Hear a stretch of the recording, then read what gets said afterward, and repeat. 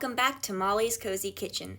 Today we will be taking a look at a recipe that I've been making often, classic French bread.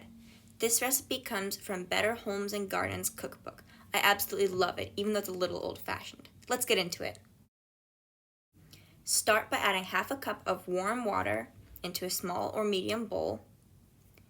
Then take 2 packages or 4½ teaspoons of instant yeast or active dry yeast and add it to the water. Then add half a teaspoon of granulated sugar to the yeast. Granulated sugar will help the yeast activate.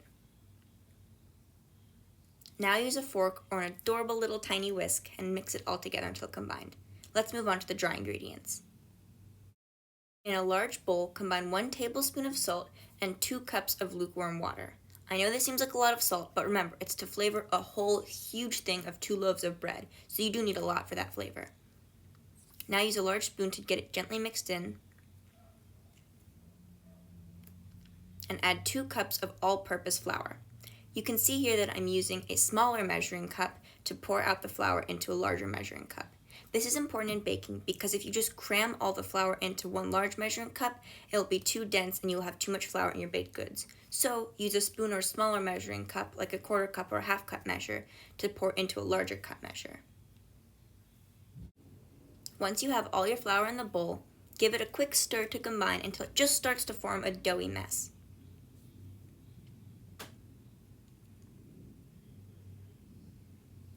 Once it starts to come together, take your yeast mixture, which should have risen now, and add it to the water and flour mixture. You may need to scrape out the bowl to get all the yeast in. Now, give this a quick and gentle mix. You do not want to deflate too many of the bubbles. Then add another 4½ to 5 cups of flour.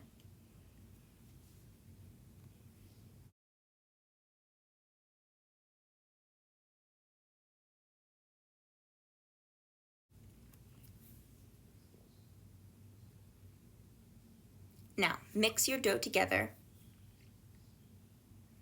and it starts to form a shaggy, slightly cohesive dough, but you don't want to mix it too much. Now you want to knead it so you can get the gluten to form. Pour it out onto a work surface. You might not even need to flour it because there's so much loose flour in the batter already. Don't forget to get all of that dough. Now knead it together.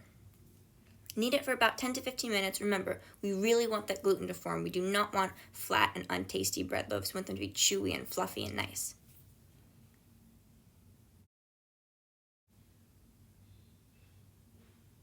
Once you're all done kneading, clean up your work surface, get your dough into a lightly oiled bowl, and cover it for an hour until risen.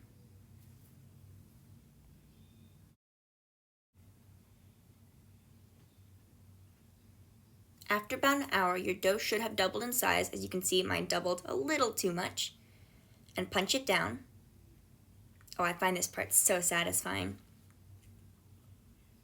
Then cover it with your towel again and let it rise another half an hour until double in size again. Now take some flour to prepare your work surface and turn your dough out onto it to get to cutting and shaping and forming.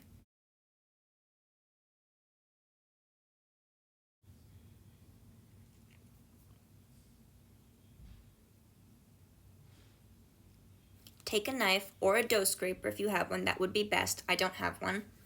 And divide your dough into 2 equal-sized portions.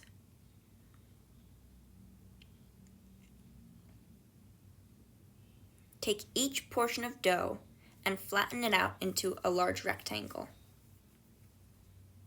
Then roll the rectangle into a log and pinch the ends in. You can also taper them out if you want them to have that nice classic look.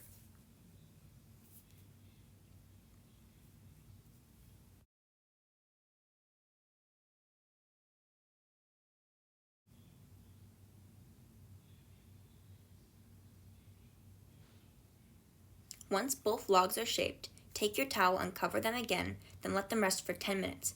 While they're resting, preheat the oven to 375 degrees Fahrenheit.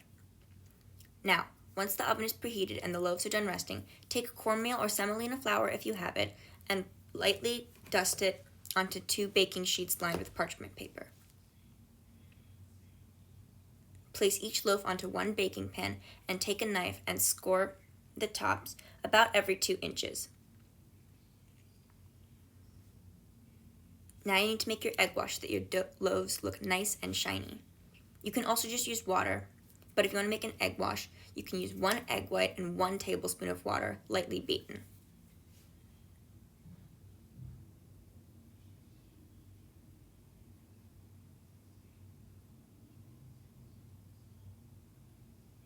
Then take a pastry brush and gently brush the top of each loaf. Make sure you get the egg mixture in every single nook and cranny so that it's nice and crunchy and crispy. Once your loaves are all brushed with egg wash, place them in the oven for 20 minutes. After 20 minutes, take your loaves out and use the egg wash that I hope you saved and brush them down again so they get a nice, wonderful, crunchy shell on top. As you can see, one of my loaves started browning unevenly, so you may need to rotate your loaves if you're baking them at the same time. This is fine, and it happens, so don't worry.